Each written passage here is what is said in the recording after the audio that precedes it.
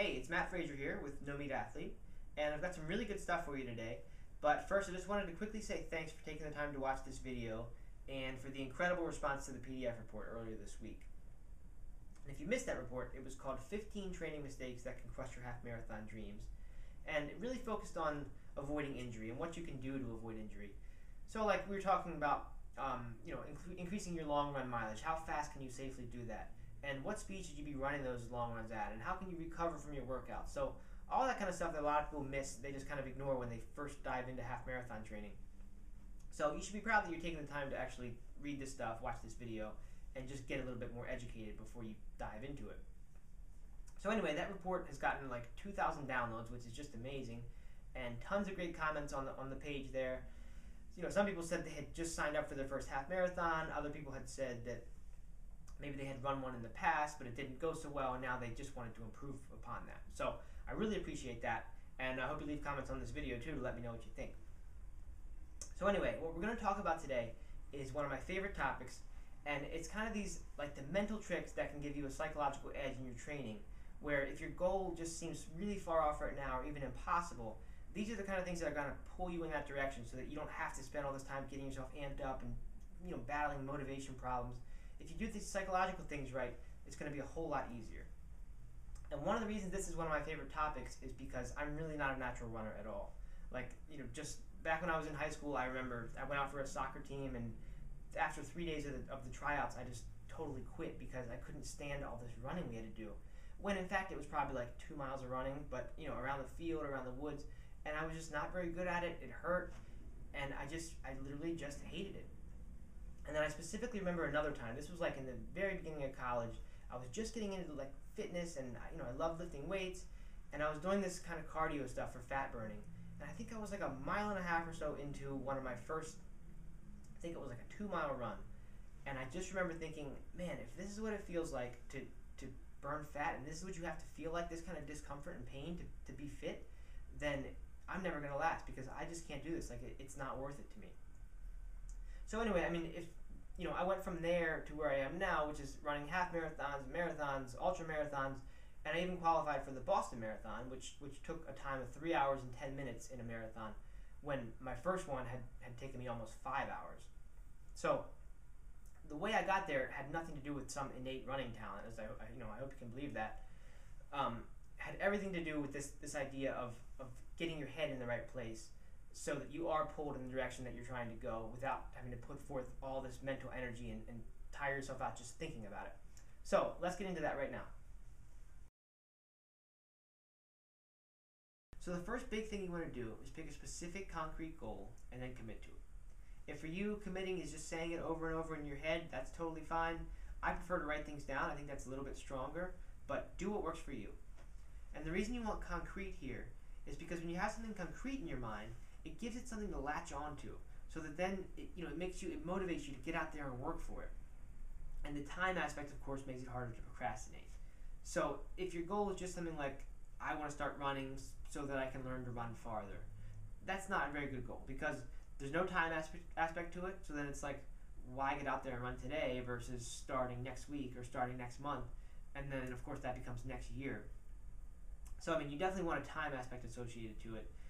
And the other thing is that when you have this specific image of like a specific event in your head, like I'm going to run on September 4th the Virginia Beach Half Marathon, and I'm going to do it in 2 hours, if you have a time goal. You certainly don't have to have a time goal for a first marathon. But having something like that where you have the specificity to it, then you have this image, and you can go download the course map onto your desktop, or maybe order the race t-shirt. They have like a training t-shirt that says I'm training for this, or even signing up for the race if you're willing to take that step. Those kind of things make it drastically more likely that you're going to do this. Then you can even go a step further than that, and that's when you start to involve other people in this. So right now it's kind of just like a fantasy in your head, but when you start to tell your friends that you're going to do it, or you post it on Facebook, then all of a sudden you're kind of giving it these ties to the real world, and you're making this goal more and more a real thing that you're going to do. Now a lot of people are afraid about that. They don't want to let people know about their goal because they think their friends are going to make fun of it, or they're worried about, what if I fail? What's going to happen then? I'll be embarrassed. That's actually a big part of the point of it, though, is because then you're feeling that additional pain, that additional pressure, which is going to make you stick to it, right? You're going to be using that pain, as a tool rather than having it work against you. So this brings us right to the next step, which is making yourself absolutely certain that you can do this and that you're going to do this. Now, it's a little bit weird because this kind of sounds like that law of attraction thing where people say if you focus on something enough and you experience it in your mind enough, then it will come to you without you having to do any work. And, in my opinion, the world doesn't really work that way, at least in my experience. It never seemed to work that way. It'd be nice if it did. But what I do think is that that idea, maybe what it comes from is something that I do believe in, and that's that when you focus on something enough and you get your mind to experience it, so that maybe it doesn't believe that it actually happened, but at least it believes it's inevitable. In that case, I do believe that it can kind of affect the way you behave then. So what I'm getting at here is that one of the big exercises I did, and I think it's a great one, is when I was training to qualify for Boston, I would go out for a run, and I did this dozens, maybe hundreds of times. Wait about 20-30 minutes into the run, so you get to that point where things are really flowing and your mind is clear and you're feeling great. And then at that point, I would start to piece together what it would look like if I were ready to qualify for Boston. If I were in that qualifying race and I were in the final 0.2 of a marathon, like I had run 26 miles, I just had this final 0.2 left. So I put myself in that situation and visualize all the people that I had hoped would be there watching me. And I'd listen to the crowd that was yelling during that final stretch. And then a big thing is I'd look at that race clock, at the big yellow race clock with the numbers on it at the finish line, and I'd see a 3:07 on there, just far enough so that I knew I could still get in under 3:10 without any problem, and that I would qualify. And I actually got really good at this to the point where if I had the right song on my iPod and I was at kind of a peak point in my workout, I could actually bring tears to my eyes by doing this. And I guess it sounds kind of funny, but I would do this all the time, and I think it played a huge part in my eventual qualifying for Boston. And you can do this exact same thing, obviously, with a half marathon if that's your goal.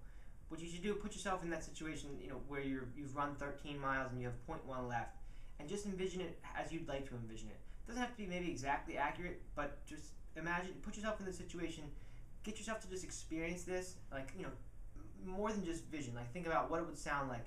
What would it feel like? How hot would it be outside? What would you have sweat on your arms if you're running for that long? How would you feel? Would you be out of breath? Put yourself into that situation as you can be. And what I think happens, and I really do believe this, is that if you were to do that, you would kind of start to see yourself as a half marathoner. And that's if you're doing it with enough intensity, and you're doing it while you're moving, and kind of when you're at a peak of that workout. And you start to see yourself as a half marathoner. And then your mind wants your behavior to be consistent with that.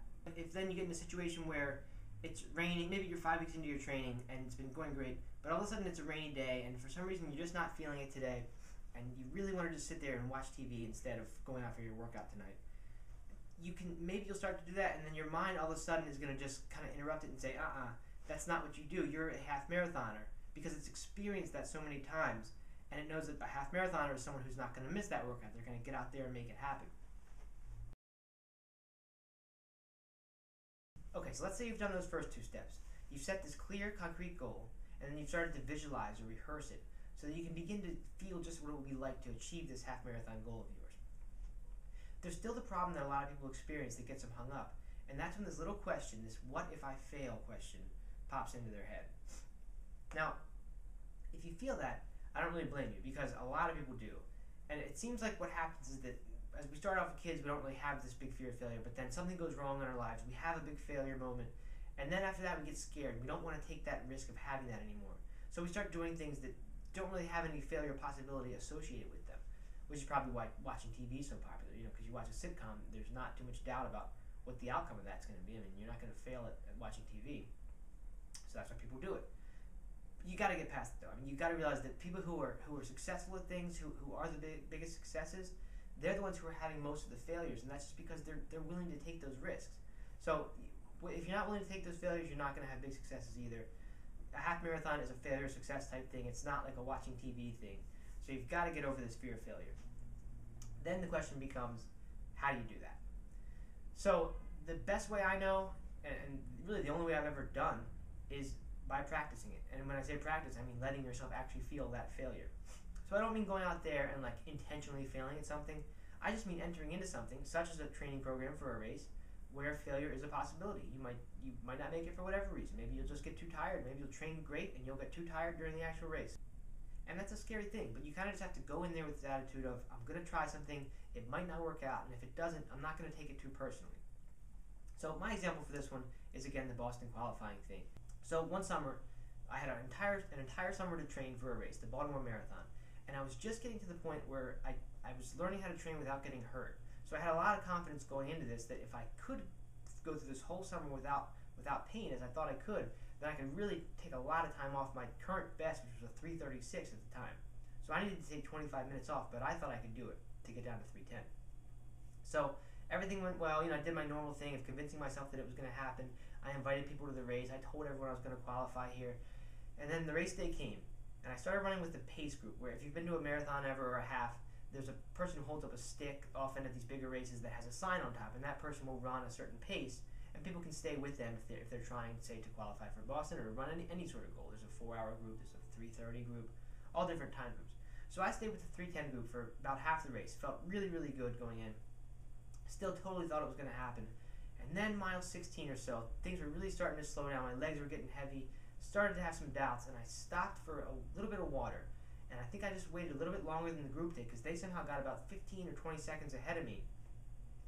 And I had this really strong image still in my mind of seeing that little sign they were holding up, this little blue sign, holding it up, and it was just gradually getting smaller and smaller off in the distance. And I just kind of realized, it's not going to happen today. That was like my whole summer, all I had convinced myself that was true, I saw being proven wrong, as this little blue sign just got further and further away from me.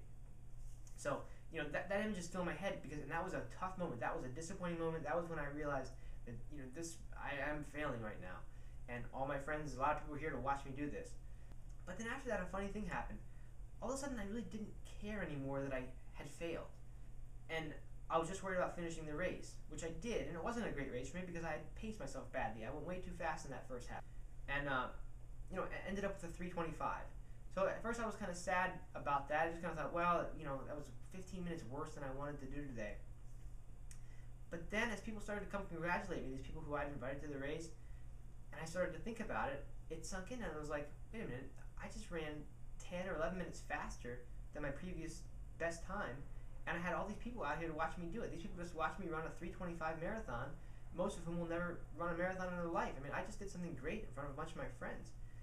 And then I got this realization. I was like, you know what? All summer I went through saying I was 25 minutes away from Boston. Now I'm only 15 minutes away. So when I started my next training program, it was the exact same routine. I convinced myself of this again, but this time I was only 15 minutes away, and it was an easier thing then. So that's kind of what the routine is and what I've learned to do. And it's to really convince yourself, like we've talked about, become totally certain you're going to do something. And if it is too big a goal, if that failure does actually happen, as soon as it does, yeah, you can recognize that you didn't achieve what you wanted to, but as soon as it does, you've got to just shift your focus into the positive part of it and realize, just kind of look at where you are now. And it's very likely a lot better than before this supposed failure, and then go from there. Alright, so there you go. Those are the 3 big mental techniques that more than anything else I believe are responsible for my getting from that runner I was back then, that guy on the treadmill who couldn't run more than 2 miles and just couldn't ever imagine possibly enjoying running more than that much, to the runner I am now, which is just light years beyond anything I could have expected back then. And I believe there's no reason these things couldn't help get you across the finish line of your first half marathon, or even improve your current half marathon. But now some people, I'm sure, might be saying, well, this is kind of fluffy, this goal setting and visualizing and certainty type things. Is it really going to help me? And what I would say to that is that, if you're not going to combine it with other things, then yes, it is fluff. These things alone are not going to help you get across the line of a half marathon when you haven't been training for it. So you need that training aspect, you need that work, and you also need the knowledge of what to be doing. And that's what goes back to that PDF report that I wrote earlier in the week. That kind of gets you some of the knowledge that you need. But combine all 3 things, and you have something extremely powerful. The knowledge, the training, and the psychological aspects. You have something that took me, took 100 minutes off my marathon time, and there's no reason it can't help you tremendously in whatever you're trying to do with the half marathon.